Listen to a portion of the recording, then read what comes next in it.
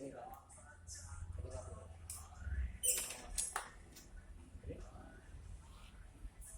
politik kriminal olah raga selebriti sampai berita harga kebutuhan pokok sehari-hari.